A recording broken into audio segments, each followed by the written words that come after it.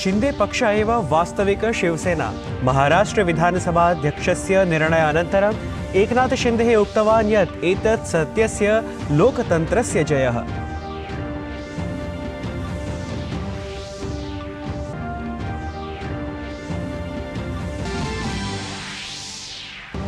भगवतः श्रीरामस्य बालस्वरूपस्य प्राणप्रतिष्ठा समारोहे सम्मिलिताः न भविष्यन्ति कांग्रेस दलस्य नेतारः। भाजपा दलेन उक्तं यत् कांग्रेस दलस्य विचारः सनातनविरोधी अस्ति, तस्मात् निमन्त्रणम् अस्वीकृतवत् कांग्रेस दलम्। असम राज्यानन्तरम् अद्य अरुणाचलप्रदेशस्य यात्रायां भाजपा दलाध्यक्षः जेपी नड्डाः प्रदेशकार्यकारिण्युपवेशने नैर्वाचनिकरणनीतिषु भवेत् संवादः। पश्चिमोत्तर भारते अद्यारभ्य शैत्ये न्यूनतायाः संभावना। पंजाब हरियाणा उत्तरप्रदेशं समेत्य पूर्वोत्तर राज्येषु भविष्यति अतिनीहारः।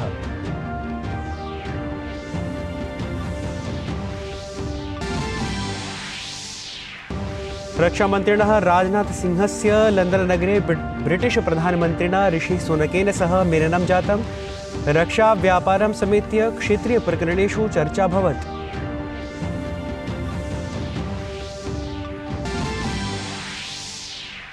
शेख हसीना अद्य बांग्लादेशे चतुर्थवारं प्रधानमन्त्रीपदस्य शपथं स्वीकरिष्यति।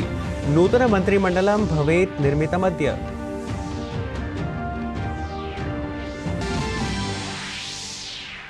अपि च अद्यारभ्य भारत अफगानिस्तान दलयोः मध्ये तिसृणां स्पर्धानां 20-20 शृङ्खला। बहुकालानन्तरं रोहित शर्मा विराट कोहली इत्येतयोः T20 शृङ्खलायां प्रत्यागमनम्। अभिवादये, अहमस्मि नीतीश भारद्वाजः। अत्र भवतां स्वागतम् एतस्मिन् जेडी न्यूज़ वार्ताप्रसारणे। अथ वार्ताः विस्तरेण। महाराष्ट्रस्य राजनीतौ अधुना केवलं शिवसेनायाः चर्चा अस्ति। गतसायं विधानसभाध्यक्षः राहुल नार्वेकरः शिंदे उद्धवयोः प्रकरणे निर्णयं श्रावयन् संसूचितवान् यत् वास्तविकरूपेण शिवसेना शिंदे पक्षीयाणां भविष्यति। निर्णयानन्तरं शिंदे पक्षीयाः शिवसैनिकाः उल्लासमाचरन्तः सन्ति। अनेन सहैव शिंदे पक्षस्य 16 विधायकानां सदस्यता यथावत् भविष्यति, अर्थात् निरस्ता न भविष्यति। शिंदेः एव महाराष्ट्रस्य मुख्यमन्त्री भविष्यति। तत्रैव अपरस्मिन् पक्षे उद्धवपक्षीयाः एतं निर्णयं षड्यन्त्र इव मन्वते। उद्धव ठाकरे उक्तवान् यत् जनता एतं निर्णयं नैव स्वीकुर्यात्। प्रधानमन्त्री नरेन्द्र मोदी गुजरातस्य गान्धीनगरस्य महात्मा मन्दिरे 10मे वाइब्रेंट गुजरात वैश्विक शिखर सम्मेलनं सम्बोधितवान्। प्रधानमन्त्री उक्तवान् यत् परिवर्तनशालिन्यां विश्वव्यवस्थायां भारतं विश्वमित्ररूपेण अग्रे वर्धयति। अपि च सम्पूर्णमपि विश्वम् अद्यत्वे भारतं स्थिरतायाः महत्वपूर्णं स्तम्भं मनुते। भारत के कोने कोने में आपके लिए नई संभावनाएं हैं। वाइब्रेंट गुजरात समिट इसके लिए भी एक गेटवे की तरह है, गेटवे टू द फ्यूचर। और आप भारत में सिर्फ इन्वेस्टमेंट ही नहीं कर रहे, बल्कि यंग क्रिएटर्स और कंज्यूमर्स की एक नई जनरेशन को भी शेप कर रहे हैं। भारत के एस्पिरेशन से भरी यंग जनरेशन के साथ आपकी पार्टनरशिप को वो रिजल्ट लाकर दिखा सकती है जिसकी आपने कभी कल्पना भी नहीं की होगी। प्रधानमंत्री उक्तवान् यत् साम्प्रतं सततोद्योग आधारभूत संरचना नवीन कौशल हरित स्वच्छोर्जानां व्यवस्थां विकसितुं भारतस्य प्रतिबद्धता अस्ति।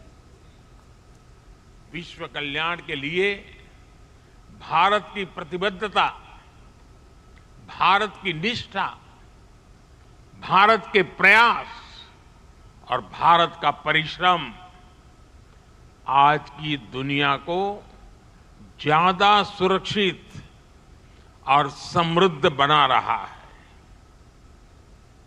The world looks at India as an important pillar of stability, a friend who can be trusted, a partner who believes in people-centric development, a voice that believes in global good, a voice of the global south, an engine of growth in the global economy, a technology hub for finding solutions, a powerhouse of talented youth, and a democracy that delivers.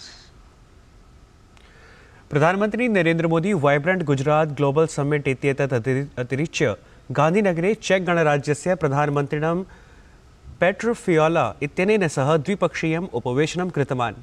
एतदवधौ नेत्रोः मिथः द्विपक्षीयविषयान् समेत्य अनेकेषु वैश्विकप्रकरणेषु चर्चा अभवत्। पूर्वराष्ट्रपतिः रामनाथ कोविन्दः गतदिने दिल्लीस्थितस्य भारतीय जनसञ्चार संस्थानस्य इत्येतस्य 55तमे दीक्षान्तसमारोहे सम्मिलितः अभवत्। दीक्षान्तसमारोहे विगते वर्षद्वये संस्थानस्य समेषां 6 केन्द्राणाम् उत्तीर्णेभ्यः विद्यार्थिभ्यः स्नातकोत्तर डिप्लोमा इति प्रमाणपत्राणि प्रदत्तवान्। ध्येयं यत् IIMC इति संस्थानं जनसञ्चारक्षेत्रे शिक्षाप्रदातृषु संस्थानेषु देशस्य प्रमुखं किञ्चन संस्थानमस्ति। एतस्मिन् अवसरे रामनाथ कोविन्दः पत्रकारितायाः विद्यार्थिनः परामृष्टवान् यत् ते पत्रकारितायाः नैतिकसिद्धान्तान् पालयन्तः लोकतन्त्रस्य चतुर्थस्तम्भं दृढं कुर्युः इति। ऊंची TRP प्राप्त करने के लिए सनसनीखेज खबरों की ओर बढ़ता मीडिया का रुझान एक बड़ी चुनौती बन गया। यह प्रवृत्ति धीरे धीरे और निश्चित रूप से पत्रकारिता के मूल्यों के लिए घातक साबित हो रही है। मैं आप सभी से आग्रह करता हूं कि इस तरह के शॉर्टकट से दूर रहें और पत्रकारिता के मूल्यों को बचाए रखें। भाजपादलाध्यक्षः JP नड्डाः अद्य अरुणाचलप्रदेशस्य एकदिवसीययात्रायां यास्यति। भाजपादलाध्यक्षः ईटानगरे दलस्य राज्यकार्यकारिणी सम्मेलने सम्मिलितः भविष्यति। तत्रैव मध्याह्नात् परं भाजपादलस्य उपवेशनस्य अध्यक्षतां करिष्यति। उपवेशने सामान्यनिर्वाचनानि अतिरिच्य राज्ये विधानसभानिर्वाचनार्थं दलस्य सज्जतानां समीक्षां करिष्यति। इतः पूर्वं ह्यः पूर्वोत्तरराज्यानां यात्रायां भाजपादलाध्यक्षः असमराज्ये आसीत्।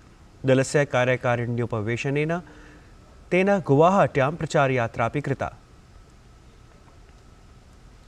दिल्लीस्थितेन उच्चन्यायालयेन दिल्ल्यां गभीररोगपीडितानां रोगिणां चिकित्साविषये अपर्याप्तव्यवस्थामालक्ष्य चिन्ता प्रकटिता आसीत्। एतदनन्तरं दिल्ल्यां भाजपादलस्य विधायकः अजय महावरः अपि दिल्लीप्रशासनम् आलक्ष्य भर्त्सनां समारब्धवान्। अजय महावरः उक्तवान् यत् दिल्लीप्रशासनस्य चिकित्सासम्बद्धा आधारभूतसंरचना सर्वथा विध्वस्ता अस्ति। विगतेषु 9 वर्षेषु गभीररोगान् आलक्ष्य कश्चन अपि पदक्षेपः न स्वीकृतः। सः दिल्लीप्रशासनस्य चिकित्सालयेषु ICU शय्या अथ वेंटिलेटर इति सुविधयोः उपलब्धताविषये पृष्टवान्। पिछले 9 वर्षों में दिल्ली की सरकार इन गंभीर बीमारियों को लेके कोई भी कदम नहीं उठा पाई। इंफ्रास्ट्रक्चर बिल्कुल ध्वस्त है। कितने बेड हैं, कितना इंफ्रास्ट्रक्चर क्रिएट किया गया है, किसी भी बात का जवाब दिल्ली सरकार के पास नहीं था। छोटे छोटे मोहल्ला क्लिनिक सर्दी खांसी जुकाम खोल करके ये सरकार अपनी पीठ थपथपाना चाहती है, जबकि रिक्वायरमेंट दिल्ली में आबादी के हिसाब से गंभीर बीमारियों के लिए बहुत बढ़ गई थी। दिल्ली सरकार को इस बारे में सोचना पड़ेगा कि बुनियादी ढांचे बिल्कुल शून्य स्तर पर हैं। कोई इंफ्रास्ट्रक्चर नहीं है, ना वेंटिलेटर्स है, ना ही ICU उपलब्ध है। भारतीय नौसेनायाः कृते प्रप्रथमतया स्वदेशनिर्मिताय UAV दृष्टिः 10 इत्येतस्मै मानवरहित नभोयन्त्राय नौसेना प्रमुखः एडमिरल् R हरिकुमारः हरितध्वजपुरः प्रदर्शनपुरस्सरं सञ्चालितवान्। स उक्तवान् यत् अस्य नभोयन्त्रस्य नौसेनायां सम्मेलनानन्तरं भारतीयनौसेनायाः शक्तिः अपेक्षया अत्यन्तं समृद्धा भवेदिति। This is a dream come true for us that male UAV, medium altitude, high endurance UAV has been manufactured in India with over 60% indigenous content. this just demonstrates the capability that has been set up, and we are quite confident now that this is only going to, strengthen us and provide us even better capability as the time goes by. I have gone around and seen the facility. It is, it's really state of the art, and we all that one can hope for has been set up here. And we are very happy to have got these, got the first one of the two male UAVs delivered. The one you saw just now, Starliner or Drishti 10. This is going to be a great capability enhancer for us. Bharat Afghanistan दलयोः मिथः 20-20 स्पर्धाशृङ्खलायाः प्रथमः द्वन्द्वः अद्य मोहाली इत्यत्र क्रीडिष्यते। एतस्यां शृङ्खलायां रोहित शर्मा विराट कोहली च दीर्घकालानन्तरं 20-20 इति क्रीडावर्गे पुनः खेलिष्यतः। एतत् वार्तासंस्करणम् अधुना सम्पद्यते। अभिनववार्ताभिः सह पुनः उपस्थास्यामः। तावत् मङ्गलं भूयात्।